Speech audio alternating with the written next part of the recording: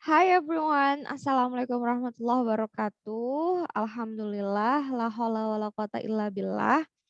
Good afternoon everyone. Even good evening to you all. Hopefully you have your own healthy and freshly. Okay. So first of all, I'd like to say thank you so much for having this learning video. And this video is belongs to you. If you want to learn about the material of each meeting, please access this video and it will help you to understand the material. All right, before that, anyway, have you download the meeting tent? Yeah, I guess ya. I guess you have download the meeting tent. Aren't you? Benar kan? Semoga teman-teman sudah download materi yang ke-10 ya. Alright, so let me to share the screen. This is how the screen show you about the material of today. So we'll talk about meeting 10, which the topic is let's celebrate, talking about holidays, festival, custom celebrations. Can you imagine what we'll learn today? I'm so excited to tell you that some of the text will show you the celebrations of each country. Jadi hari ini saya sangat excited karena saya akan membacakan sebuah teks ya, di mana teks tersebut itu membahas perayaan di beberapa negara gitu. But in shortly ya, jadi cuman kayak teks-teks pendek doang. So as usual, you will read the text, then you will read the glossary, alright? So whether you know the each of word ya, kadang kita tuh nggak tahu beberapa kata gitu dalam bahasa Inggris. Jadi ini ada glossary-nya, teman-teman bisa mengetahui hal itu. Dan di sini juga I will try to answering these questions karena memang kita tidak Zoom ya. Jadi insya Allah saya akan direct teman-teman untuk menjawab beberapa pertanyaan ini. Dan kemudian di sini ada vocabulary focus, jadi ada grammar juga. Kita bakal belajar tentang relative clause dan juga adverbial clause. So let me continue after this. Nah, yang ini nih, yang how much do you know about these days and months? Ya gitu-gitu, ini bakal menjadi tugasnya teman-teman.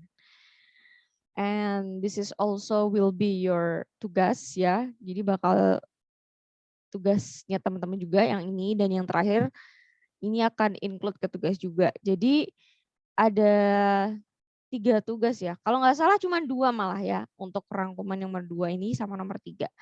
Jadi yang ini nanti bakal saya jelaskan di pertemuan kali ini. Oke, without any further ado, kita akan membahas masalah sih teks ya. Lebih tepatnya teks. Jadi teksnya itu tentang unique customs. Custom unique berarti kayak sesuatu yang unik gitu ya. Nah, di paragraf pertama, I will read for you. January 17 is St. Anthony's Day in Mexico. Tanggal 17 Januari adalah Hari Anthony di Meksiko. So what is Hari Anthony? It's a day when people ask for protections for their animals by bringing them to church. Jadi Anthony's Day di Meksiko itu adalah hari di mana orang-orang meminta perlindungan untuk hewan mereka gitu. Dengan cara membawa hewan tersebut ke church ya, ke gereja. But before the animals go into the church, the people usually dress them up in flowers and ribbons. Jadi sebelum hewan-hewannya ini dibawa ke gereja, biasanya orang-orang tersebut itu memakaikan custom dress gitu ya, kayak misalnya dari bunga ataupun dari akar-akar untuk si animal ini gitu. Itu kenapa tanggal 17 Januari itu dinamakan dengan Anthony's Day. Alright, so the second paragraph is telling us about on August 15th of the lunar calendar, Koreans celebrate Chuseok. Jadi tanggal 15 Agustus ya di Korea itu merayakan Chuseok. So what is Chuseok? Chuseok is also known as a Korean Thanksgiving. Jadi Chuseok itu ternyata adalah Thanksgiving, jadi hari ngucapin terima kasih gitu ya, yang biasa dilakukan oleh orang-orang Korea. It's a day when people give thanks to the harvest. Jadi itu adalah hari di mana orang-orang mengucapkan terima kasih karena hasil panennya gitu. So you can see in the picture out there, jadi ini ada kayak satu images ya, jadi kayak satu apa namanya, foto ya, jadi ini hasil panennya gitu ya. Korean families honor their ancestor by going to their graves to take them rice and fruit and clean the grave besides. Intinya sih orang-orang Korea ini bakal ngasih kayak sesajen gitu ya, sesajen gitu, terus dibawa ke ancestors. Ancestor tuh kayak orang yang udah tua banget, yang paling dituakan di sana gitu. Jadi kayak dikasih kayak gini juga untuk orang-orang yang dituakan di Korea. Alright, itu untuk Chuseok. Kemudian kita going into paragraph 3. These things happens in India. So let's see. Long ago in India, a princess who needed to help send her sick bracelet to an emperor. Jadi kalau di India pada zaman dahulu itu kalau seorang princess, a queen ya, mereka itu kalau butuh bantuan gitu mereka bakal ngasih bracelet to an emperor, kayak gelang gitu, gelang yang silky ya, yang lumayan mentereng gitu, to an emperor, untuk kaisar gitu.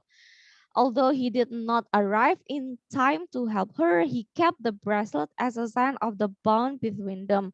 Walaupun si an emperornya ini tidak datang tepat waktu untuk menolong si princess ya, tetapi gelangnya ini tetap disimpan gitu ya sebagai tanda kayak kesetiaan gitu antara kedua belah pihak. Terus juga nggak tahu kenapa seperti itu. Alright, so today in India during the festival of Rakhi, men promise to be loyal to their women. Dan sekarang ini ya itu kan dulu tuh yang walaupun nggak datang tetap disimpan gelangnya. Nah kalau sekarang jadi tradisi itu dinamakan dengan festival of Rakhi. Nah sekarang malah gantian ketika si men itu berjanji untuk to be loyal to their women ya, maka ya apa yang akan dilakukan oleh si pria, in exchange the woman give them a bracelet of silk, cotton or gold thread. Nah ini akan gantian ya teman-teman. Jadi akhirnya sekarang tuh yang diberikan bracelet atau gelang itu adalah woman-nya gitu. Ada cotton juga, terus ada gold thread gitu kayak semacam emas gitu.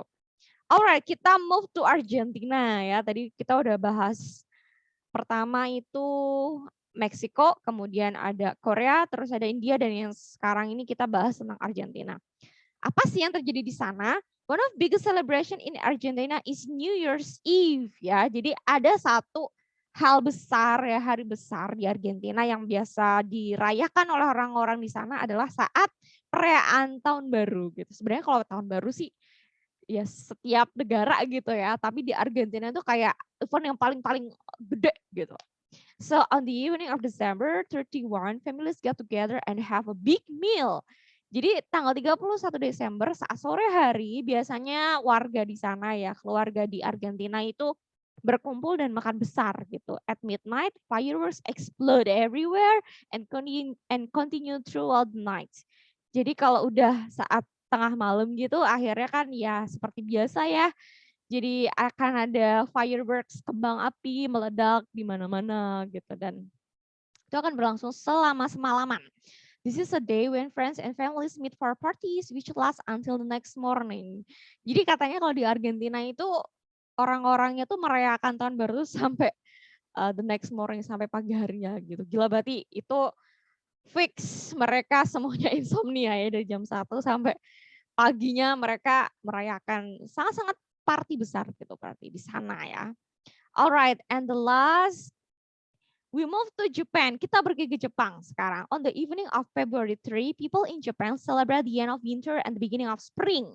Jadi tanggal 3 Februari itu orang-orang Jepang itu merayakan ya, merayakan syukuran gitu. Syukuran karena sudah berakhir tuh winternya dan akan dimulai musim spring ya. Musim spring tuh kayak yang bakal ada apa pohon sakura kalau nggak salah ya, karena saya juga belum tahu sih.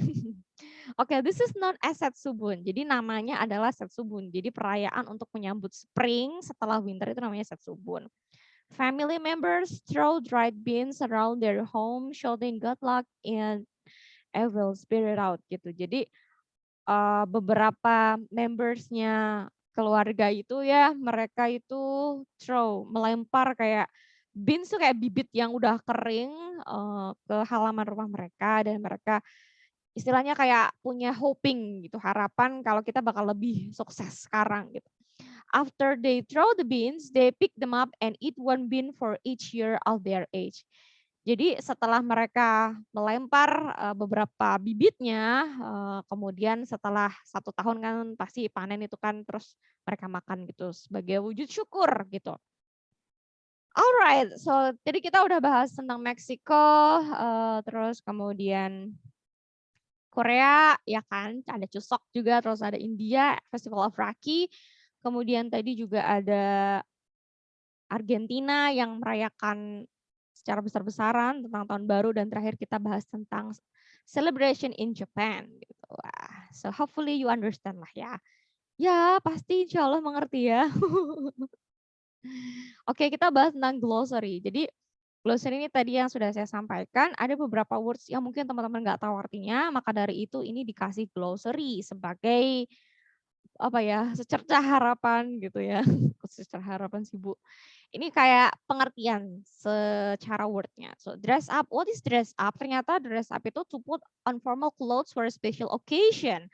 To put on special clothes in order to change your appearance. Jadi kalau misalnya kita mau mengadakan sebuah festival gitu kan, pasti itu ada custom baju ya, baju yang khusus dirancang untuk menghadiri festival tersebut atau menghadiri suatu acara, kayak misalnya kita ke wedding, kita nggak mungkin pakai piyama kan, maka dari itu kita harus dress up ya. Jadi bahasa kerennya tuh dress up, untuk memakai baju yang lebih rapi untuk mengunjungi sebuah acara atau event besar gitu.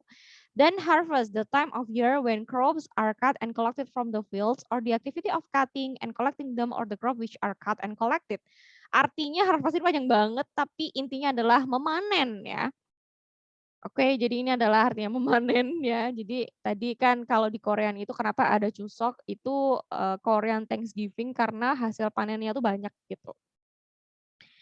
Nah, ini yang tadi yang udah saya jelaskan. Jadi ancestor itu a person related to you who lived long time ago. Jadi ancestor itu kayak orang-orang dulu tapi masih hidup sampai sekarang, yang lahirnya 1945, di tahun 2022 mereka masih hidup, itu namanya ancestor. Okay, do you understand? Yes, ma'am. Of course you understand that.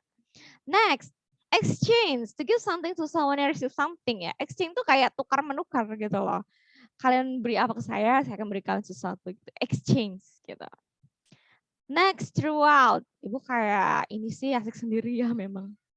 Throughout itu adalah preposisi ya teman-teman, yang berarti dia itu adverb atau kata keterangan. In every part or during the whole period of time. Ini kayak preposisi aja, artinya tuh kayak di setiap gitu. Di setiap ada. Astagfirullahaladzim. Jadi asik sendiri sih. Oke, next kita akan bahas tentang exercise number 1. Tadi kan saya udah jelaskan nih teksnya ya. Saya harap teman-teman juga sudah mengerti apa yang dimaksudkan dengan pertanyaan-pertanyaan berikut ini. Yang pertama, how do people in Mexico dress their animals on St. Anthony's Day? Nah, gimana sih orang-orang Meksiko itu memakaikan baju ke animal mereka? Ya kan tadi saya udah singgung. Ternyata jawabannya adalah, tada, jawabannya, but before the animals go into the church, the people usually dress them up in flowers and ribbons. Oke, itu jawaban nomor 1. Sekarang pertanyaan nomor 2, why do Koreans celebrate Chuseok? Waduh, kenapa nih? Kenapa? Coba kita lihat teksnya. Nah, Korean celebrate Chuseok, also known as Korean Thanksgiving. It's a day when people give thanks for the harvest. That's why Korean people celebrate Chuseok. Oke, gampang ya Bu? Iya, sangat cipiliti sekali. Kemudian, why do Indian women give men a bracelet for the festival of Rakhi? Nah, kenapa nih? Kenapa? Mari kita lihat. Oke, ternyata today in India during the festival of Rakhi, men promise to be loyal to their woman. Tapi pertanyaannya adalah kenapa woman itu memberikan bracelet ke laki-laki? Ternyata jawabannya adalah Ayo apa? As a sign of the bond between them gitu. Jadi jawaban ini ya. Although he did not arrive in time to help her, he kept the bracelet as a sign of the bond between them. Jadi kayak simbol ya. Itu Festival of Raki. Kita move to Argentina sekarang. What do families in Argentina do on New Year's Eve ya? Gampang sekali jawabannya. So on the evening of December 31, families get together and have a big meal. Jadi makan-makan besar sambil nunggu at midnight ada fireworks explode everywhere gitu. Jadi sambil nunggu mereka makan, ya makan besar, terus nanti at midnight mereka bisa melihat kembang api di mana-mana. Itu jawaban nomor 4. Okay, and then the last one, what do Japanese families do during Setsubun? Apa sih yang dilakukan orang-orang Jepang saat Setsubun? Mari kita lihat teksnya. So, this is Setsubun, terus teman-teman bisa fokus di sini. Family members throw dried beans around their home shouting, good luck in, evil to bear it out gitu. Jadi sukses datang dan kita sangat-sangat berusaha untuk semangat gitu ya. Semangat intinya semangat. Entah kenapa saya tuh dari dulu lebih suka mengartikan sesuatu itu secara kalimat gitu. Jadi kita langsung tahu maknanya. Kadang saya memang tidak tahu arti dari perkatanya gitu. Tapi buat apa kita ngestak di situ gitu. Kalau kita udah tahu maknanya, so kenapa harus ribet sendiri harus mengetahui per kata. Jadi kalau teman-teman dalam menerjemahkan bahasa Inggris nggak tahu arti perkataannya nggak masalah gitu. It's not a big mistakes, it's not a big problems. Yang penting teman-teman tahu artinya secara keseluruhan. Itu sudah menjamin terjemahannya oke. Oke, next. We are talking about what do these words refer to. Write the correct word. Oke. Di sini adalah pronoun ya teman-teman. Ini pronoun adalah kata ganti ya. Kalau them itu kan artinya mereka, tapi ini biasanya di objek. Coba kita lihat ya. Them paragraf 1 in line 2. Them paragraf 1 in line 2. Them paragraf 1 in line 2. Nah, paragraf 1 inline tuh. Berarti ini paragraf 1 ya. Terus inline tuh. It's a day when people ask protection for their animals by bringing them to church. Nah, them di sini berarti menggantikan kata their animals ya. Jadi merekanya ini menggantikan kata hewan-hewannya mereka gitu. Jadi pronoun tuh kayak gitu. Kata ganti dari yang subjek menjadi objek kan. Terus berarti them ini merupakan kata ganti dari their animals. Okay, understand? Do you understand? Yes, ma'am, I understand. All right, we go into number 2. Next, paragraph 2, line 2. Paragraph 2, line 2. Paragraph 2, line 2. Okay, this is it. On August 15 of the lunar calendar, blah, blah, blah. Ini adalah line 1. So what is line 2 here? It's a day when people give thanks for the harvest. So, it di sini adalah kata ganti dari, yeah, that's right, Korean Thanksgiving. Jadi gampang ya, cuman kalau pronoun itu hanya merelasikan apa yang sudah diucapkan, terus sama sebelumnya itu apa sih gitu. Ya, saya harap teman-teman juga bisa ya untuk mengerjakan nomor 3, 4, 5, 6 by yourself. Ya, ini hanya untuk latihan aja. Sekarang kita mau into vocabulary focus. Nah, di sini kita bisa lihat ya teman-teman, kita akan belajar tentang relative clause of time and adverbial clause of time. So this is it, semoga muncul screen-nya ya. Jadi kita akan belajar tentang relative and adverbial clause of time. So what is relative clause? Relative clause adalah salah satu jenis dependent clause. Jadi relative clause ini adalah salah satu jenis dependent clause. Dependent clause itu adalah klausa yang bisa berdiri sendiri. Nah, klausa itu terdiri dari subjek dan verb ya. Contohnya I eat, saya makan. I eat banana, saya makan banana gitu. Itu adalah satu klausa yang lengkap gitu. Itu terdiri dari I sebagai subjek dan verb sebagai eat-nya sebagai verb gitu. Kemudian kalimatnya memiliki subjek dan verb ya, as I told you before, tapi tidak bisa berdiri sendiri sebagai satu kalimat. Nah, lo gimana? Nah, itu kenapa kalimat ini juga dikenal sebagai adjective clause karena fungsinya mirip dengan fungsi adjektif atau kata sifat, yaitu memberi informasi tambahan pada sebuah noun. Makin bingung, Bu? Oke, kita langsung ke contohnya aja. Relative clause selalu dimulai dengan relative pronoun yang menggantikan noun, noun phrase, atau pronoun. Jadi gini teman-teman, relative clause ini itu berfungsi untuk menggantikan kata benda gitu, agar tidak terlalu banyak diucapkan gitu. Ya, coba kita lihat dulu untuk relative clause itu bisa untuk menggantikan who, siapa gitu. Jadi kalau seandainya dalam sebuah kalimat itu ada seseorang ya, biar ngucapinnya nggak double gitu, kita pakai who. Contohnya gini, Rani makan pisang, Rani berlari gitu kan. Itu kan double nih ngucapin Rani-Rani. Maka Raninya itu diganti who setelah kalimat keduanya gitu. Nanti kita lihat di bawah ya teman-teman biar nggak bingung. Saya jelasin dulu untuk yang kedua ini relative clause bisa untuk whom, digunakan juga untuk merujuk objek manusia. Nah kalau whom ini nanti digunakan untuk menggantikan yang objek. Kalau who itu untuk subjek, kalau whom itu objeknya. Kalau whose itu juga untuk orang juga ya. Sorry. Selain who and whom, ada whose juga yang digunakan untuk merujuk objek manusia. Tetapi ini biasanya ada bendanya gitu loh teman-teman. Misalnya his home, his watch, her bracelet gitu kan. Nanti pakainya whose. Kemudian ada yang keempat yaitu that, bisa digunakan untuk merujuk objek benda hidup seperti manusia, hewan, dan tumbuhan. Nah kalau that ini lebih gampang. Misalnya teman-teman udah mentok nih, aduh nggak tahu Bu mau buat kalimat pakai apa kalau relative clause, ya udah pakai that aja gitu, cari amannya aja gitu. Jadi that ini relative clause yang bisa digunakan untuk semua. Jadi bisa jadi who, bisa jadi whom, bisa whose gitu ya. Dan yang terakhir adalah which.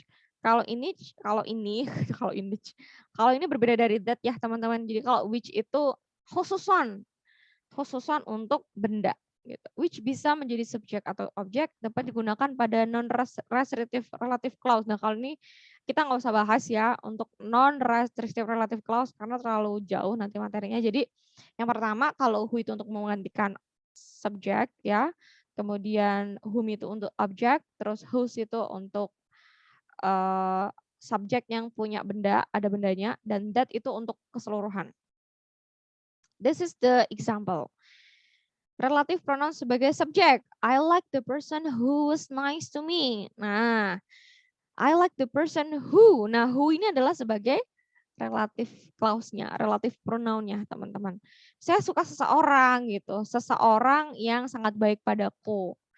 Jadi biar tidak terlalu banyak, nggak I like the person nice to me gitu. Biar nggak kayak gitu ya kalimat yang nggak ada dua, maka langsung disingkat nih. Jadi I like the person who was nice to me gitu. Next, I had the dog that beat me. Harusnya gitu kalimatnya ada dua, tapi biar disingkat maka I had the dog that beat me. Jadi dikasih that ya, biar kalimatnya lebih simple gitu. Tadi that kan bisa digunakan untuk semua kalangan ya, bisa benda, bisa hewan, bisa manusia juga. And then I am moving to Louisville, which is where the Muhammad Ali Museum is. Nah, kalau ini kan kalimatnya seperti ini. I'm moving to Louisville. Louisville is where the Muhammad Ali Museum is gitu. Kalimatnya ada dua, maka biar lebih singkat diganti menggunakan relative pronoun which. Next, relative pronoun sebagai objek. I like the bike. I like the bike. My father give me the bike. Nah, ini kalimatnya itu kan ada dua nih. Biar lebih singkat, kita bisa tahu akhirnya I like the bike that my father gave me. Gitu. Jadi disingkat ya teman-teman ya. Baiknya biar nggak dua, maka disingkat jadi that gitu. Hopefully you understand lah ya. If you cannot understand what I talk to you, you can read it in the ruang diskusi ke-10. Itu ada materinya, silakan di-download. Next, adverbial clause. Nah, kalau adverbial clause ini merupakan klausa yang dependent clause juga yang berfungsi sebagai adverb, kata keterangan, dan memberikan informasi tentang kata kerja. Jadi kalau misalnya ada kata kerja, pasti nanti ada kata keterangannya gitu. Itu fungsi dari adverbial clause-nya. Bisa juga memberikan informasi untuk kata sifat. Jadi kalau ada sifatnya, pasti ada keterangannya juga gitu. Jadi adverbial clause ini sebagai pelengkap kata benda, kata sifat, dan juga adverb itu sendiri. Biasanya tuh kalau tadi kan pakainya who ya untuk orang. Sekarang kita kalau yang adverbial clause ini pakainya how ya, pakai when, where, why, bagaimana, kapan, di mana, mengapa, nanti tergantung dengan kalimatnya. Oke. Dan teman-teman bisa langsung tahu bahwa adverbial clause itu didahului dengan subordinate conjunction. Jadi cipilitis banget kalau ada kata-kata after, because, when, though, although, as soon as, since, kayak gitu-gitu, udah pasti ini adalah adverbial clause. So, gimana sih caranya ya teman-teman? Sebentar sebelum kita ke rumusnya, kita bahas slide yang ini dulu. Jadi subordinate conjunction berfungsi untuk menghubungkan adverbial clause dengan independent clause. Kalau tadi kan kita tahu dependent clause itu yang bisa berdiri sendiri. Kalau independent clause ini clause yang tidak bisa berdiri sendiri. Jadi dia butuh kalimat yang pertama untuk menjelaskan kalimatnya gitu. Misalnya ada 2 kalimat. Rani makan banana, banananya yang kuning gitu. Kalau misalnya kita langsung bilang banana yang kuning yang dimakan Rani itu maksudnya kalimat yang mana, awalnya tuh induknya yang mana sih, ibunya yang mana gitu. Ternyata kita butuh yang namanya subordinate conjunction, astagfirullahaladzim, subordinate conjunction untuk menghubungkan kedua kalimat tersebut sehingga kalimatnya itu akan menjadi kalimat yang kompleks ya. Oke, tapi kalau teman-teman nggak tahu yang ini bisa di skip aja karena dia nggak ikut materi sebenarnya, ini hanya untuk tambahan aja. Terus ada beberapa macam adverbial clause, Masya Allah. Adverbial clause of time, place, manner, condition, cause and effect, purpose and result, contrast and reason. Bisa dibaca sendiri ya untuk artinya ya. Nah ini dia, langsung kita ke rumus aja. This is it, the rumus. Jadi cara menggunakannya adalah pertama, kalau mau bikin adverbial clause itu harus ada subordinate conjunction. Subordinate conjunction, terus plus subject, plus verb, dan pelengkapnya. Contohnya, oke, di adverb of time ya, adverbial of time kita bahas dulu, digunakan ketika ingin mengetahui jawaban pertanyaan diawali when atau kapan. Nah, ini dia. Langsung ke contohnya. After the game has finished, the king and pawn go into the same box. Teman-teman bisa lihat di sini ada yang namanya after, ya kan? After. Jadi ini merupakan adverbial clause. Mudah kan? So cipilitis, right? Yes, this is very cipilitis, Ibu. Next, I stopped believing in Santa Claus when my mother took me to see him in a department store and he asked for my autograph. Saya berhenti untuk percaya tentang Santa Claus ketika saya melihat ibu saya mengajakku bertemu dengannya di department store dan dia malah meminta tanda tanganku. Oke. So I stopped believing in Santa Claus when. Ini when ini merupakan adverbial clause ya teman-teman. Oke. Next, as soon as you trust yourself, you will know how to live. Segera setelah kamu mempercayai diri sendiri, kamu akan mengetahui bagaimana untuk hidup. Nah, ini ada adverbial clause-nya tuh as soon as. Next, kita langsung ke adverb of place. Nah, kalau adverb of place ini digunakan ketika ingin mengetahui jawaban dari pertanyaan yang diawali dengan where atau di mana, ya. Jadi pakainya where. Misalnya nih, I take it with me wherever I go. Saya membawa itu kemanapun saya pergi. Jadi where ini merupakan adverbial of place. I'll dig our time capsule somewhere in the middle of the forest. Sama juga somewhere di sini juga menandakan bahwa itu adalah adverbial of place. Terus di sini juga ada adverbial of manner. Ya, kalau manner itu untuk menjawab pertanyaan how atau bagaimana. Jadi biasanya langsung ke caranya nih teman-teman. He acts like it's a joke gitu. He acts like it is a joke. Dia bertingkah seperti layaknya candaan. Jadi kayak langsung dijawab aja gitu. He acts like what gitu. You acts like what? Apa sih yang kamu lakukan gitu? Dengan cara seperti apa gitu langsung. Misalnya, we don't have conversation. You talk at me the way a teacher talks to a naughty students. Kita nggak memiliki percakapan. Kamu bicara denganku seperti cara guru bicara kepada murid yang nakal. Gitu. Langsung dicontohin. Mannernya itu kayak you talk at me the way. Seperti guru yang lagi ngomong sama murid yang nakal. Kayak gitu. Terus adverb of the reason kita nggak usah belajar ini ya teman-teman. Karena ini juga diawali dengan cause and effect. Kayaknya teman-teman nggak usah.